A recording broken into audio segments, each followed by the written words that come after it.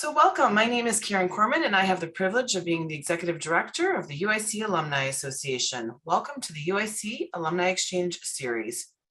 Through the Alumni Exchange Series, we work to bring you a variety of programs and topics so you can explore, connect, and even escape from the everyday with faculty, staff, and UIC alumni experts.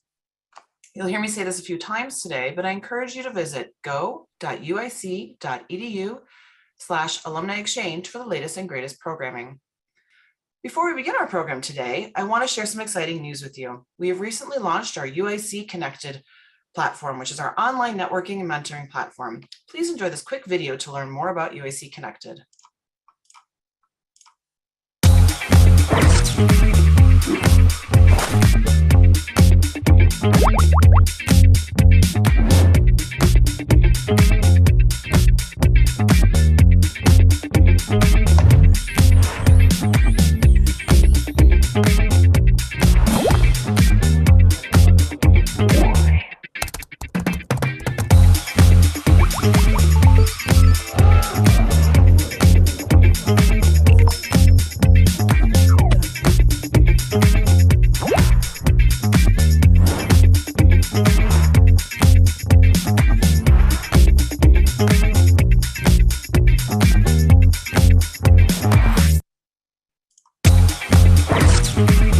Sorry, didn't mean to make it play again, but the music is fun.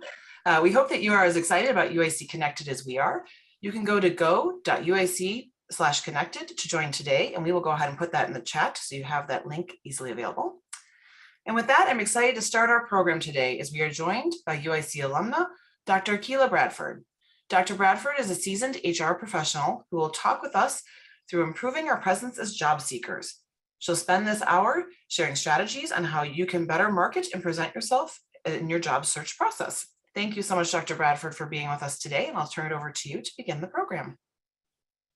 Thank you for having me. I'm excited to chat with you all about this world of being employable. But like she said, my name is Dr. Akilah Bradford. I graduated from UIC back many moons ago. I don't want to give my age, but I've been working in human resources actually since I graduated from UIC many moons ago. I've worked in many different industries: education, hospitality, city government. And so over my 20 years in human resources, I have interviewed thousands and seen thousands of resumes and the things you should do and should not do. But I am excited to be here. After I graduated UIC, I attended too many other universities where I ended up with my PhD in organizational leadership. And my research is based on why employees leave organizations. So my research has always been based on organizational commitment. Why do you leave? Why do you stay? And I currently am a HR consultant where I help organizations increase retention in their organizations by helping them change their culture so that employees don't leave. Because that's what small businesses and mid-sized businesses need, are employees who stay. But I am here today to talk to you all about being employable and what hiring managers are looking for today. Believe it or not, it's completely different or slightly different from what it was last year, the year before that. It seems like the trends change quite frequently. So it's a good thing that you're on this call. And I hope that I can answer as many questions as possible about what makes you employable and what draws hiring managers to you as you go through this transition. All right, I'm going to share my screen so we can get started.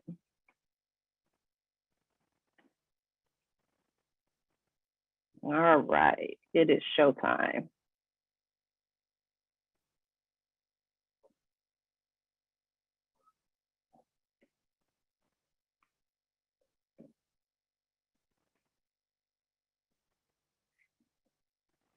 first things first, employability is a new term. And the reason we have this term is because we have a lot of individuals, some of you, who may be changing industries. Your industry may have been impacted by the pandemic. And so rather than, what we're finding is that we have a lot of candidates or individuals seeking employment that are changing industries, and they want to know how to present their skills rather than their past. Oh, I used to work on hotels. No, now I need to show that I am employable because I have transferable skills. So employability skills are those transferable skills where I say I can no longer work in hospitality.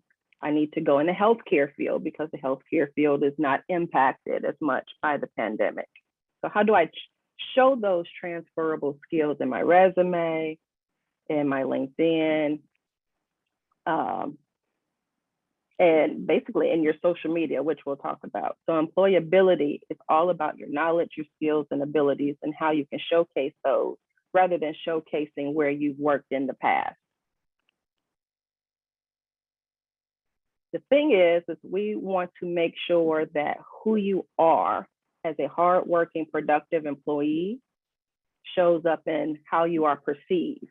And how you are perceived is what you put out there on your resume, is what you put out there on your LinkedIn, is how you present yourself in an interview.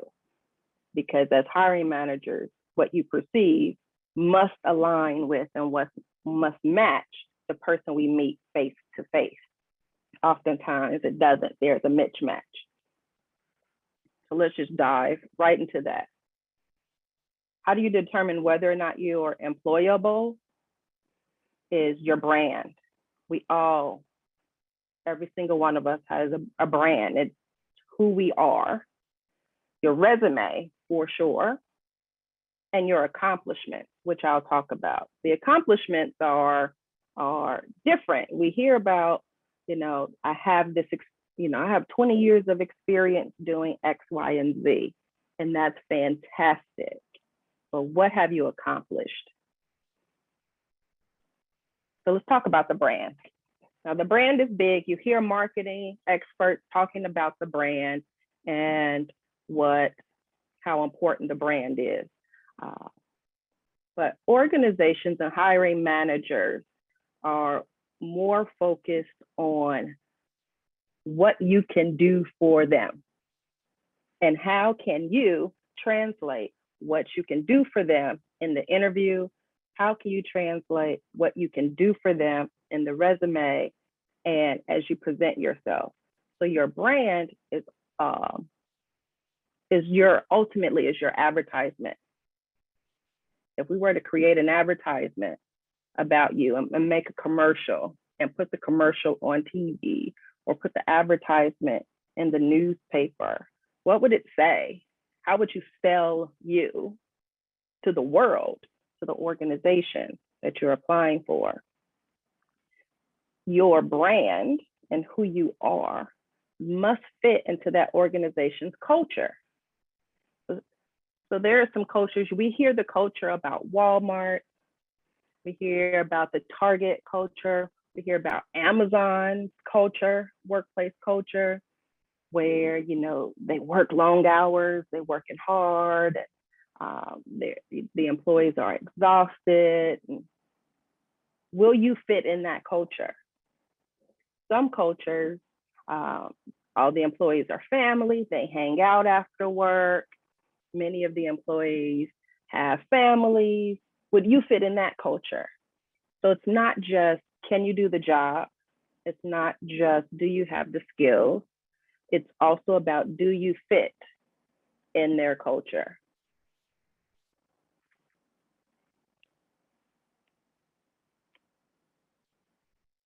Now your brand, with the brand is the advertisement. I always see my resume, and this is my actual resume. I work for Kids Science Lab, I work for Marriott Education.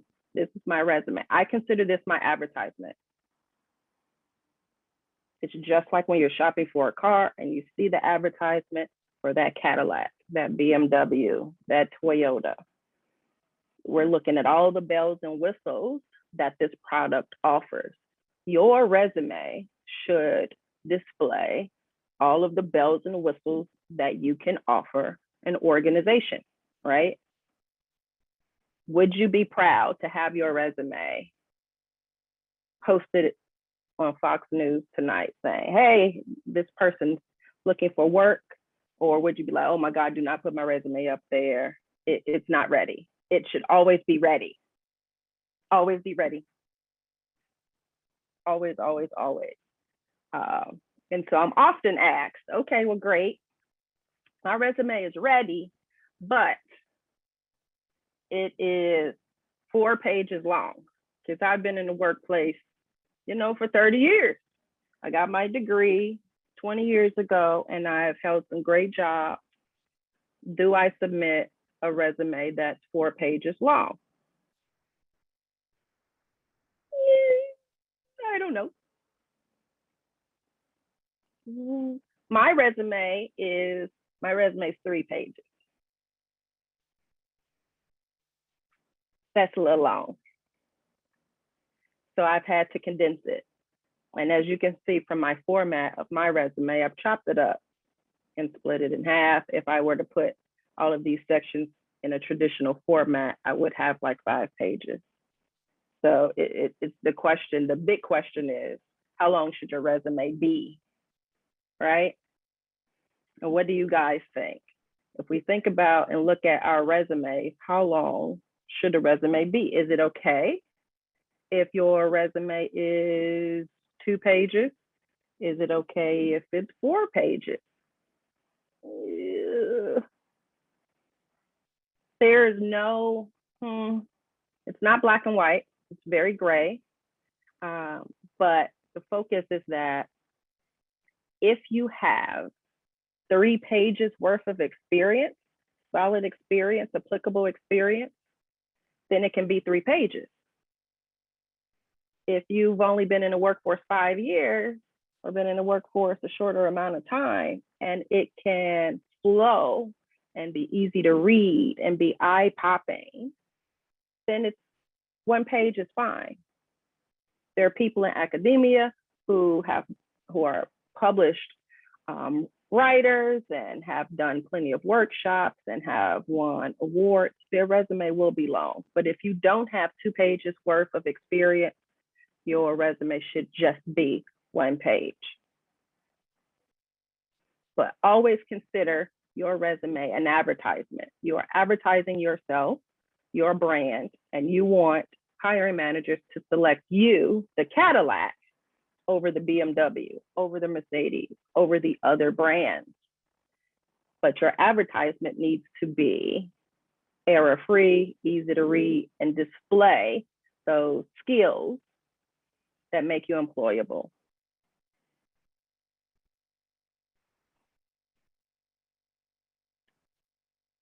Now, let's have the resume. That's great. There are many rules to the resume. There are trends. Again, there's no right or wrong with your resume. However, with LinkedIn, LinkedIn's different. With LinkedIn, it is your resume on steroids. LinkedIn is your online resume times 20.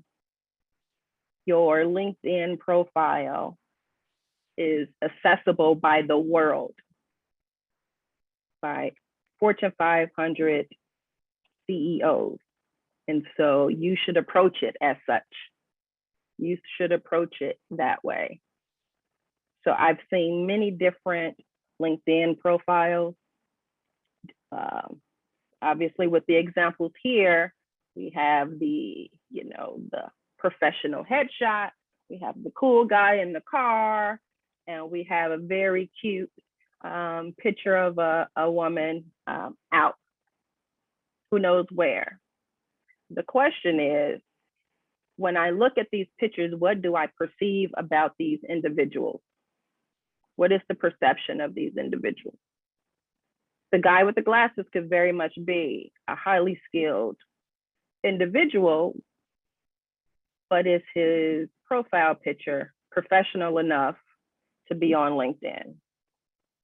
So I've been asked, should I just go ahead and have professional headshots taken for my LinkedIn profile?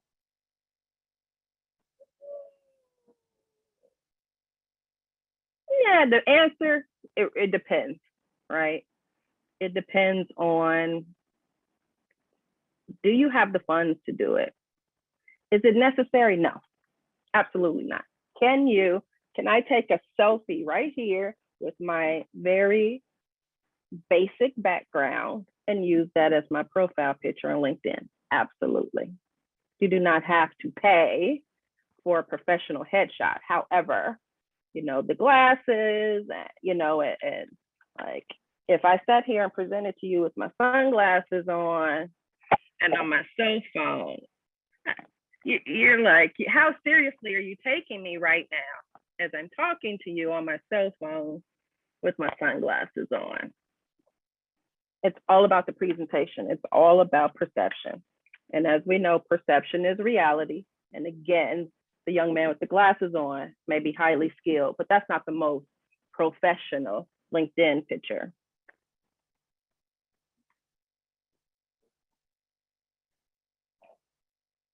With your LinkedIn profile, the very first thing they see, if I walk you through the process, if I am hiring a customer service manager, I will go on LinkedIn and I will do a search for a customer service manager, and it will bring me up. It will provide me with a list of everyone who has ever had that title based on the filters that I set. And Michael Jackson would more than likely pop up on my search. If your headline says seeking new career opportunities, you won't show up on my search. If I am looking for someone with an engineering degree, Janet Jackson's going to show up. I often see people use the headline, seeking new opportunity. But if I am doing a very specific search for individuals, seeking new opportunity will not show up in my search. So it's important that your headline is able to demonstrate, show exactly what you can provide, what your experience is. And for both of these, for Michael and Janet, they're appropriate. They're absolutely appropriate. And so I'm recommending that if you have on your LinkedIn headline, seeking new opportunities or open to new opportunities or job searching, change it, because those headlines don't show up in a recruiter's search list. You don't have to, I think what happens is what we assume is that if we say we're seeking new opportunities, people will seek us out. But the truth of the matter is, there is this assumption that everyone on LinkedIn who keeps an active LinkedIn profile is always looking. Even if you are happily employed, you are engaged, recruiters will still contact you to see if their opportunity is something you would be interested in. So always present yourself as if you are, like they say, do the job that you plan to do in the future. And that's how your LinkedIn should look. Like if you want to be an administrative services director, then put administrative services at the University of Chicago, so that when someone is looking for that type of position, Michael Jackson will pop up in their search list.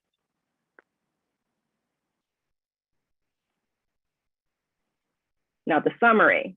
The summary is very similar to your cover letter, but it's way shorter, way shorter. It's even similar to the old school career objective or the objective that you put on your resume.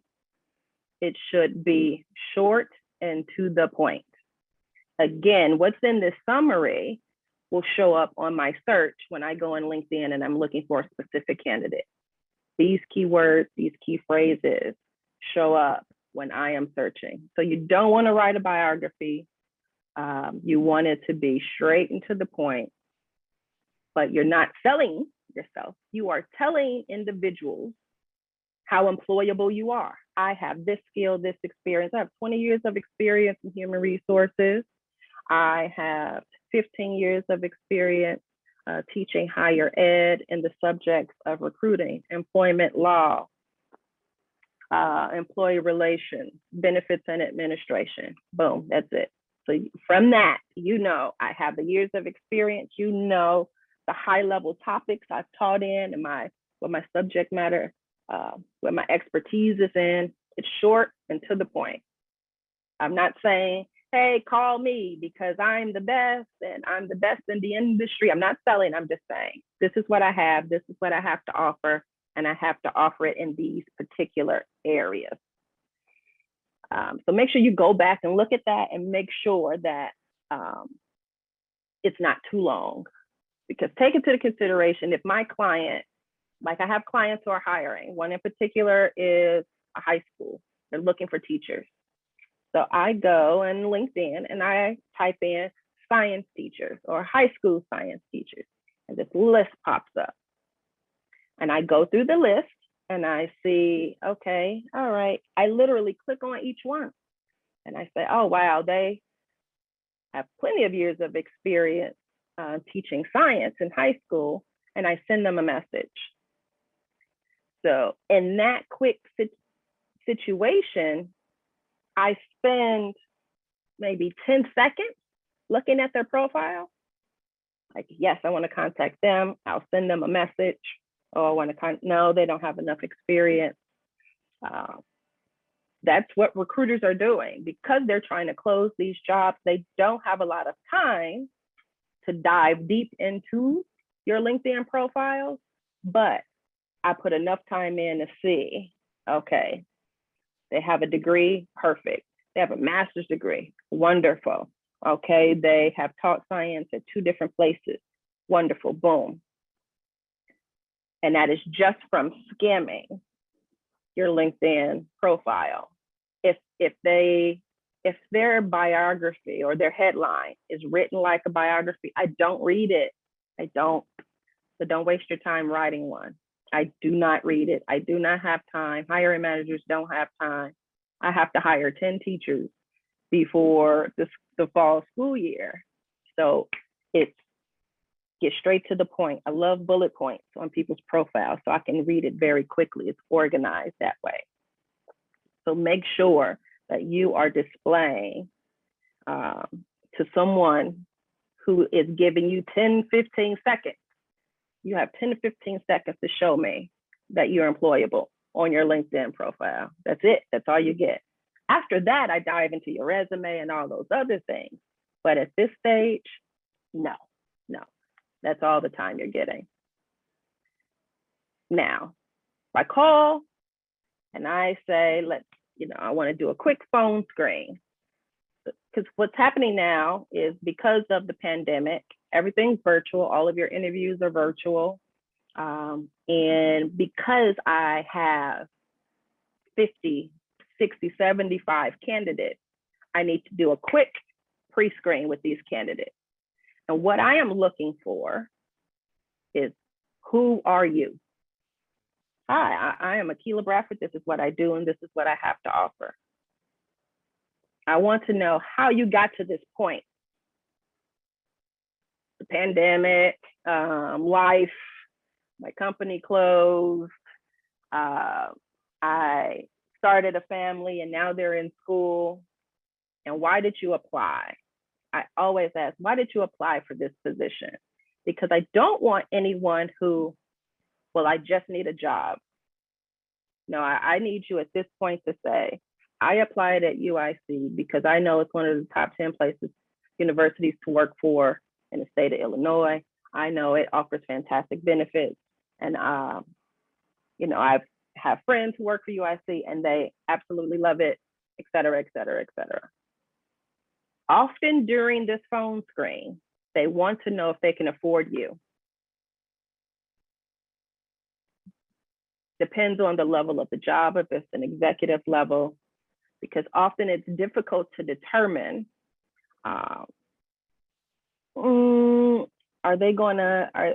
is there a wage requirement outside of what I can afford to pay? So this may or may not come up. You often want it to, but that's not up to you. At this point, you don't have the power of negotiation here. They may ask you, what are your salary requirements for this job? And when you answer this question, I want you to just be honest. There is no way to gauge. Because often we try to play the hand, so we have, the ball is in our court. It's hard to, I ask that and I expect someone to respond with, what I'm looking for is this amount. Or what you can say is, my last job paid me this. So I'm looking to stay around that same amount. Because what happens is, I understand that you don't want to take a pay cut. No one wants to take a pay cut. And if someone is willing to take a pay cut, I'm questioning that, like, they're desperate. I don't want anybody desperate. So you don't want to come across as desperate. But you don't want to take a loss either financially. So before you go into any interview, know what your desired wage is and know what your bottom line is. Like, if they offered me $10 an hour, would I take it? That's your bottom line. Know what that scraping the bottom. What is that number? Know that before you go in, so that you're better prepared to answer that question of, what are your salary requirements? And the last thing for a phone screen is tell me very little bit about the Cadillac. And what I'm looking for is information that's not on your resume. I read your resume. Don't recap the resume. I read it. That's why I called you. Have prepared other skills that you know the hiring manager may be looking for that's not on the resume. You can't squeeze everything on the resume. So it's almost as if you need to create two, your official formal one and the one for the interview, for the phone screen. Because nothing's more frustrating than knowing I have 15 minutes to spend with you and I ask you a very broad question and you just read to me what's on the resume. I read it. I know you have 20 years of experience. I know you've done this, this, and this. Great. That's why I called you. Now I need you to say, wow, during my time at Kid Science Lab is where I really gained my passion for teaching. And that's when I decided to, go into education. I've been taking classes. I decided to re-enroll in school. That story helps me understand who you are, helps me understand that very first question, who are you and how you got here and your brand. And because often as we're transitioning from one industry to the other, I want to know how you decided to go from hospitality to marketing, or how you decided to go from customer service to, whatever, finance. That I want to know that, because that helps me understand your thought process, your decision-making process, how you put things together, things I need to know in order to decide whether or not I want to hire you.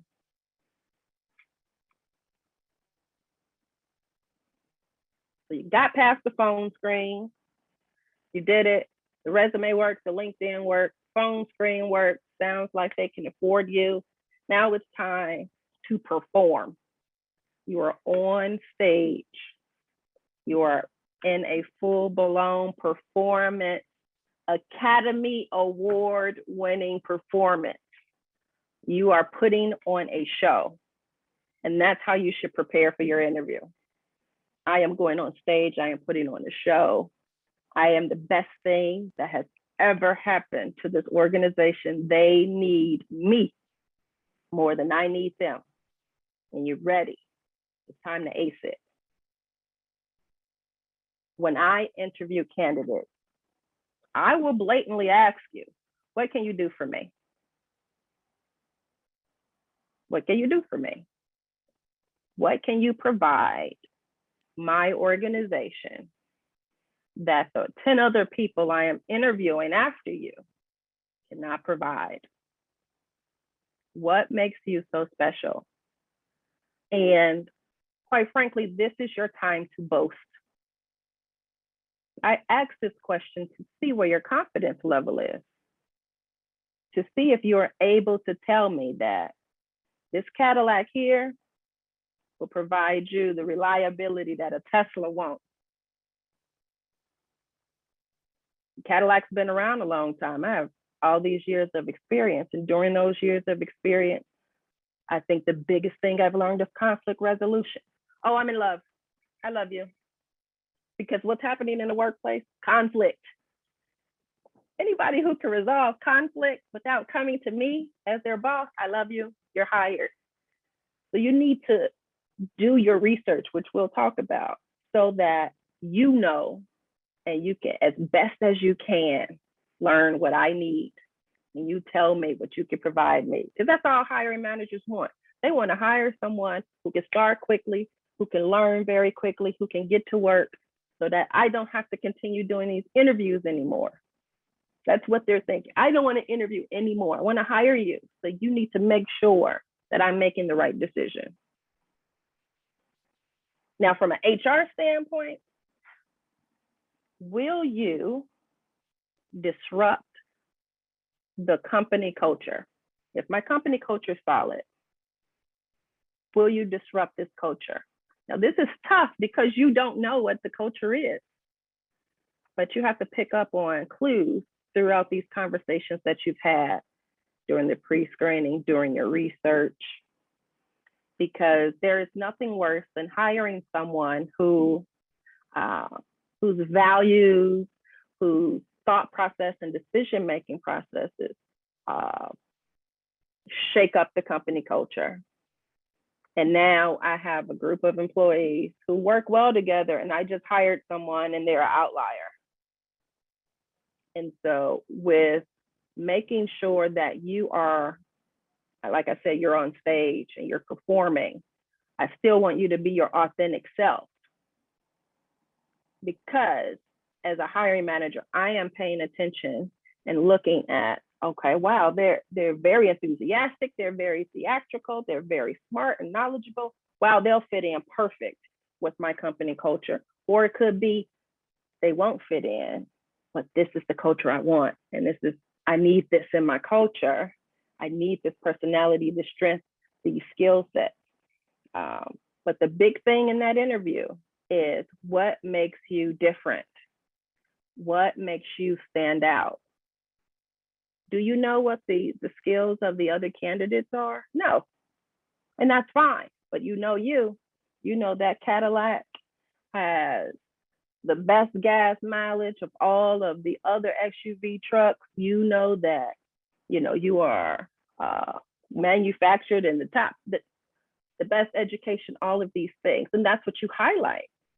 You know your skill set, you know where you've come from. Tell your story. And I always say, get to the point. But get to the point. You have to get to the point. Because again, I'm interviewing other people. So it's like, okay, I got it. Thank you. Right. You're the best thing since sliced bread. I want a Cadillac. Thank you. I got it. Now, being a storyteller, what that means is that you should have stored in the back of your brain some critical stories about your experience that you can tell during the interview. So if I say, tell me about a time where you're a part of a team and you're working on a project and a couple of the team members weren't exactly pulling their weight. What did you do? How did you handle it? And what happened? Have that story prepared. Talk about the time where you overcame something. Tell about a particular time where you rocked the project. It was, oh my God, you got all the praises. Talk about a time where you learned something new and how you implemented it, or you trained someone else without being asked to train someone else, because you hear that I'm not training, that's not my job. No, wow, you actually trained someone and you weren't asked. Love it. Oh my God, you're a team player. You hopped in when two of your team members carried the dead weight, were dead weight. Wonderful.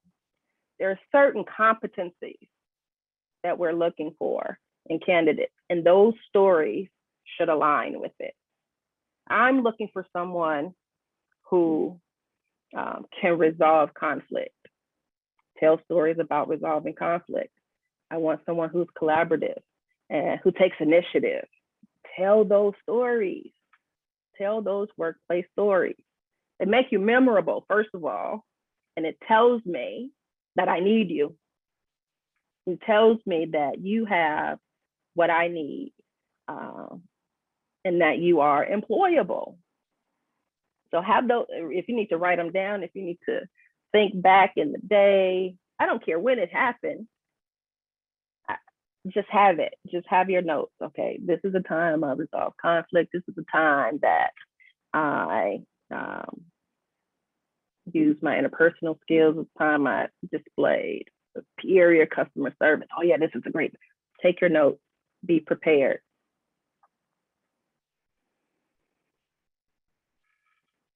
Same thing.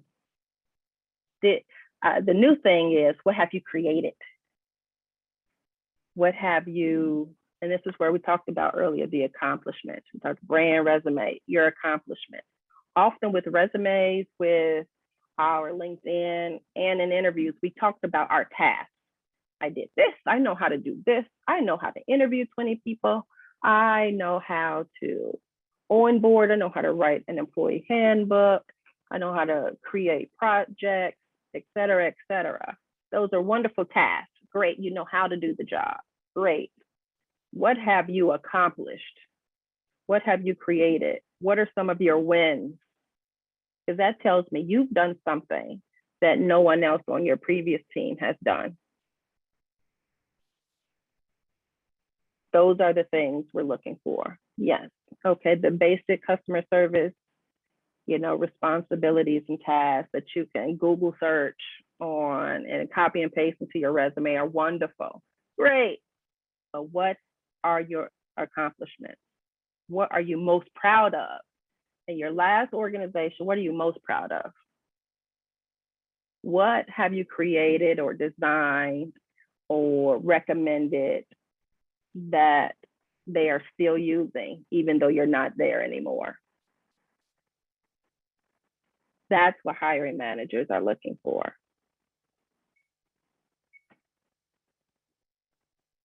Got a lot of competition, people. A lot of competition. What makes you stand out? You have a lot of competition. We are going to be brutally honest. There's a lot of people out here. We hear the rumors about hiring managers having a hard time finding candidates. Lies. There's a lot of people out here searching. What makes you stand out from those competitors? So if I sit down with you and I tell you I have 9 other interviews today, and I want to make sure I remember you when I go home this evening, what are you going to tell me to make you memorable? Because for the most part, you may all say the same thing, but what's going to make you memorable? It could be that you commented on my sunflower earrings because you love sunflowers. It could be that you've seen this picture on my wall. It could be that we both graduated from UIC. It could be that you have researched my company and you know that I need someone who can resolve conflict. You researched, you have looked at our reviews from employees and see that there's a trend with X, and you would recommend Y. Whatever it is, you have to find that window and jump through it so that at the end of my day, after I've interviewed 10 people, I remember you. You have to be memorable, but it has to be authentic. Because what I will remember is someone who is not authentic, who is not genuine. And when I talk with my president, and I said, oh my God, you would not believe the interview I had. They clearly stalked me. They found out that I like psycho classes, and now they're signing up for psycho classes, and it just got really weird. And now it's just weird. And all they needed to do was tell me that they're a rock star and they won Employee of the Month, whatever the case. Just be memorable, but in a positive, authentic way, not a creepy stalker way. Because you have to prepare. You have to be ready. Because I interview so much, I do tend to like to have fun in my interview. And I will ask you a question that is not traditional. I may ask you, which movie is better? Or which cartoon? I know I asked me and my daughter talk about cartoons, and we have arguments about Tom and Jerry versus cartoons that she watches. So I'll ask you, which cartoon is better, Tom and Jerry or whatever they're watching today? And you're like, whoa. The reason I ask you a question like this is just to throw you off your square. I want an answer. I want you to actually, I've never watched Tom and Jerry. Okay, fine. Why not? Or tell me about your favorite cartoon and why is your favorite cartoon? Because I need you to be authentic. I need you to be ready. One of the things that I have started recommending to people looking for jobs is to research the company outside of the company website. So glassdoor.com is a website where employees go and they write reviews on the employer. Now, when you go on there, they rate the CEO, they rate benefits, pay. You can get a lot of information from Glassdoor. However, as you can imagine, you will read a slew of negative comments. It's rare that people write positive comments about their employer. Rare. No one ever says, I love my job. I am paid more than enough. The benefits are cheap. It's the best place on earth. No. What you're looking for when you go on Glassdoor is name dropping. If they list specific managers, if they say we've had this amount of lawsuits, or you're looking for extremes. People always go in there and complain. That's where HR should just start recommending that. Oh, you want to complain? Don't go to HR, go to Glassdoor, because that's where they end up going. But it's eye-opening. It's very eye-opening. And you can get some insight into what's going on these organizations. But yes, Glassdoor is a place where people go and complain. But I love it because it gives you some insight. If everybody is complaining about we are never paid on time, red flag. But if they're like, I don't like my manager is a jerk, okay. I think 90% of my managers were jerks. I'm pretty sure that 95% of my employees would say I've been a jerk. I love you still, but yeah.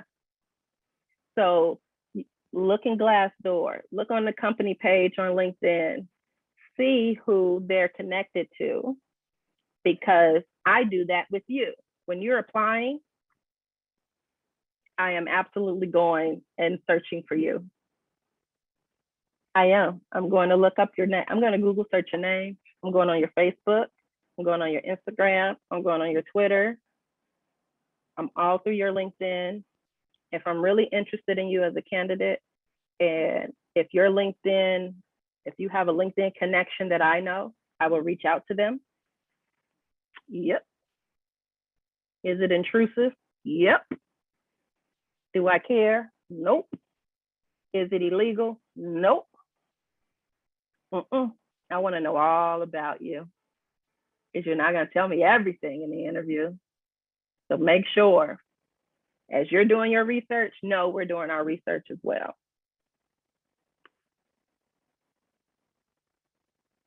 I think we have now, we're a year and a half into the pandemic.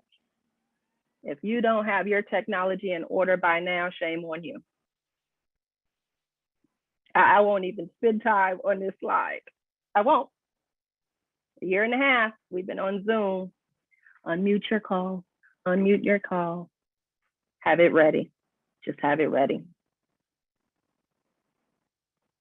Here's a big one. I've asked you a series of questions. The biggest part of the interview is your list of questions for me. Any candidate who at the end of the interview, when I say, do you have any questions for me? And they say, no, I am no longer interested.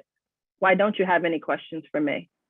What do you mean? You're not interested in me and the company and my perspective on the company that you want to work for? Have your list of questions ready. Why is this position open? What does success look like a year from now? What kind of career development, professional development programs do you offer? If I am hired, what will be the biggest challenge for me that I need to overcome? Have your list of questions prepared. Because what do you mean you don't have any questions for me? You want to work for me. You have to have questions. Have them ready before your interview. And remember, as you go through this process, you are a brand. You are a brand. Dr. Akilah Bradford is a brand. And you have to sell it as a brand. You have to sell it like a Cadillac, like a Tesla. And you have to make sure that you are constantly throughout the process showing why you are employable, showing your accomplishments, your skills, your drive, your initiative, and why you should be the one selected over the other candidates. Now, I want to make sure that I left some room, yes, for questions. I hope there are questions. Well, Dr. Bradford, thank you so much. This is so wonderful and engaging. You shared so much great information. We do have a couple of questions that have come in. So let me start with, is it advisable to come to interviews with ideas for the employer? Yes, have them prepared, but go with the flow of the interview. What you'll find, depending on the level of the position, is that some organizations will send you a questionnaire and send you scenario questions just to see if you have the skill set to do the job. Even before you come in for an interview, it's like you're doing homework. I see it as homework. But go with the flow. Don't force it. If the conversation flows into, what have you done? And you can easily say, I've done some research, and this would be a great idea that I've been thinking about since I was doing my research before this interview. You could tell them I was doing the research before the interview and I wanted to share. Absolutely.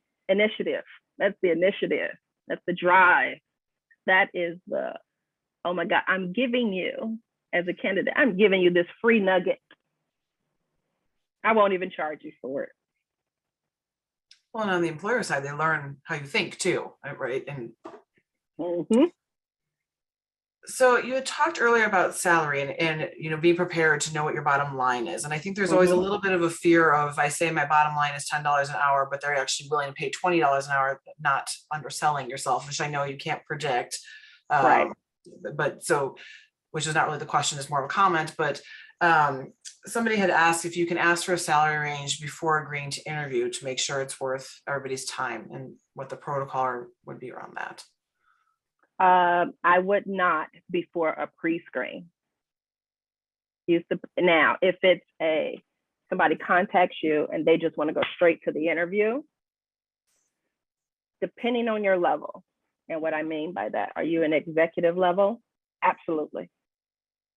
Absolutely. If you're an executive, directorial, higher level, absolutely. And it's about all about how you do it. Anything, to be quite honest, anything lower than a director, the hiring manager will be like, really? Really? You're asking me this now over X amount of dollars? It may be, they may frown their nose up like, this stinks. I'll answer it, but the thing is, whoever talks about salary first or puts a number out there loses the negotiating power. So no one ever wants to be the first to do it.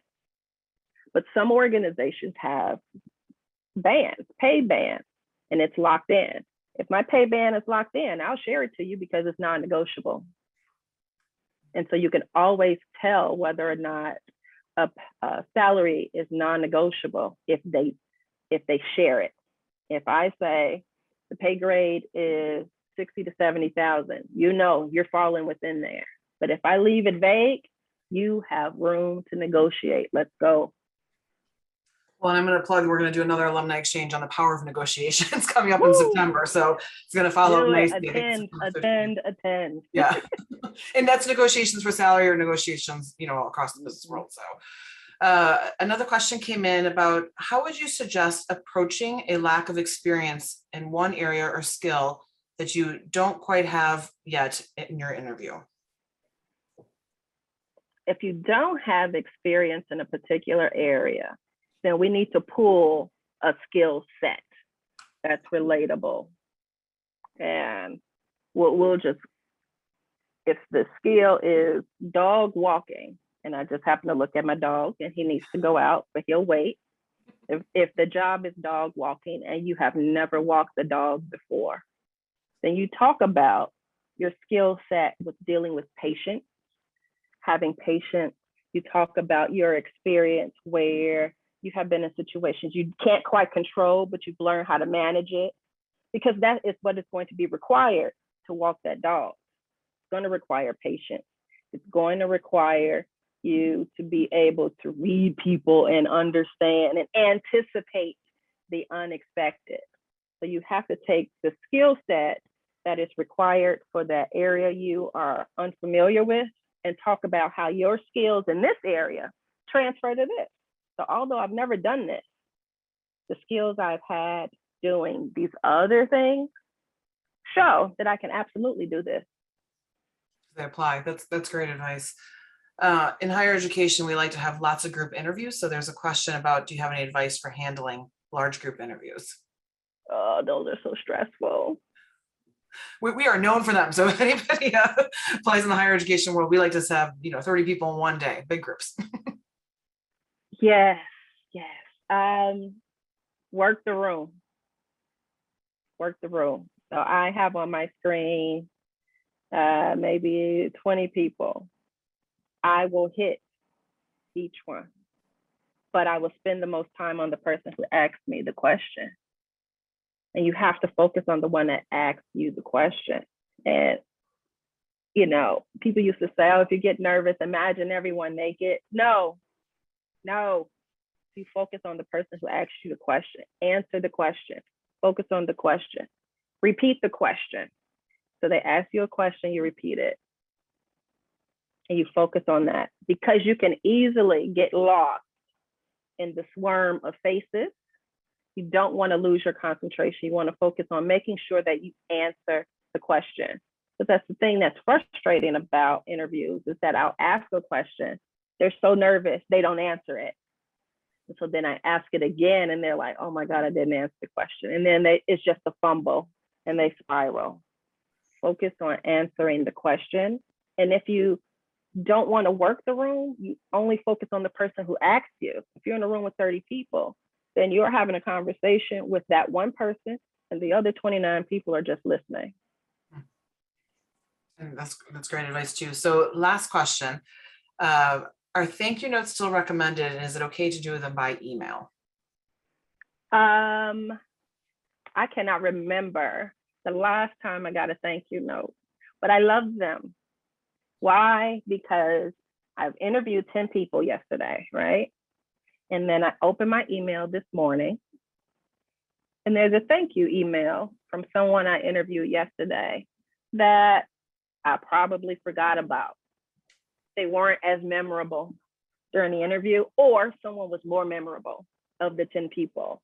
That thank you note, it say, so we're talking. If you were to send me a thank you note tomorrow, what you would say is, thank you so much for the interview. I greatly appreciate it. I hope you and the dog enjoyed that walk. I mentioned my dog, right? I pointed to my dog, said I needed to walk my dog. You would better mention my dog because I gave you a nugget. I gave you a nugget. And so now I remember you.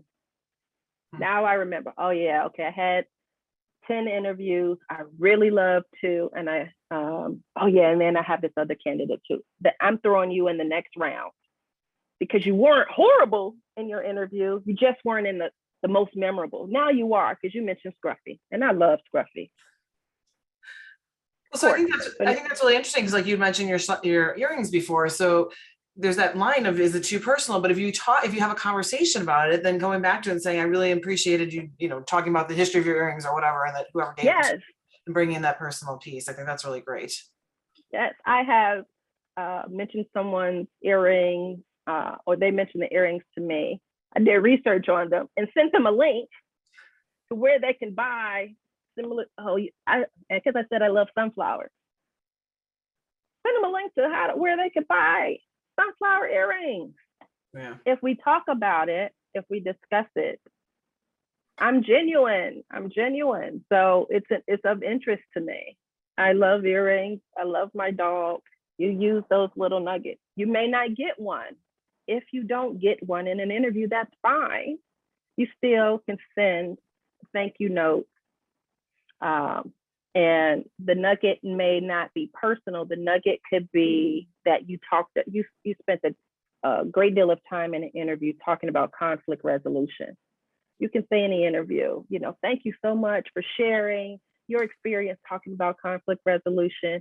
In my past, did it real quick, a real quick snippet or a reminder about why you should be selected. Use that thank you email, yes, to take full advantage of reminding me about why you should be the next hire. Well, thank you, Dr. Bradford. You've given so much wonderful advice and tips and just knowledge to all of our participants. And we just are so grateful for you that you are a graduate and for sharing all of your time and knowledge with us today. It's been really a lot of fun. So thank you for all of this. Just to close us out, please join us for our next Alumni Exchange program on Wednesday, August 25th at noon Central Standard Time, when we'll be joined by author and longtime UIC employee, Bill Bike. Bill is an avid historian and journalist who recently published a story about the 1970s Cubs. And for you Cubs fans out there, many of you will remember the 1969 Cubs, but Bill will talk through the interesting stories and little known facts about the 1970s Cubs as he presents the forgotten 1970s Chicago Cubs Go and Glow. To find a recording of this episode or any of our past episodes, please go to go.uic.edu/alumni exchange. And of course, please be on the lookout for that survey that I mentioned at the beginning. Thank you so much again, Dr. Bradford. Thank you for having me. And thank you to all of you for joining us. We hope you have a wonderful day and look forward to seeing you all again at a future Alumni Exchange program. Have a great day. Thanks again.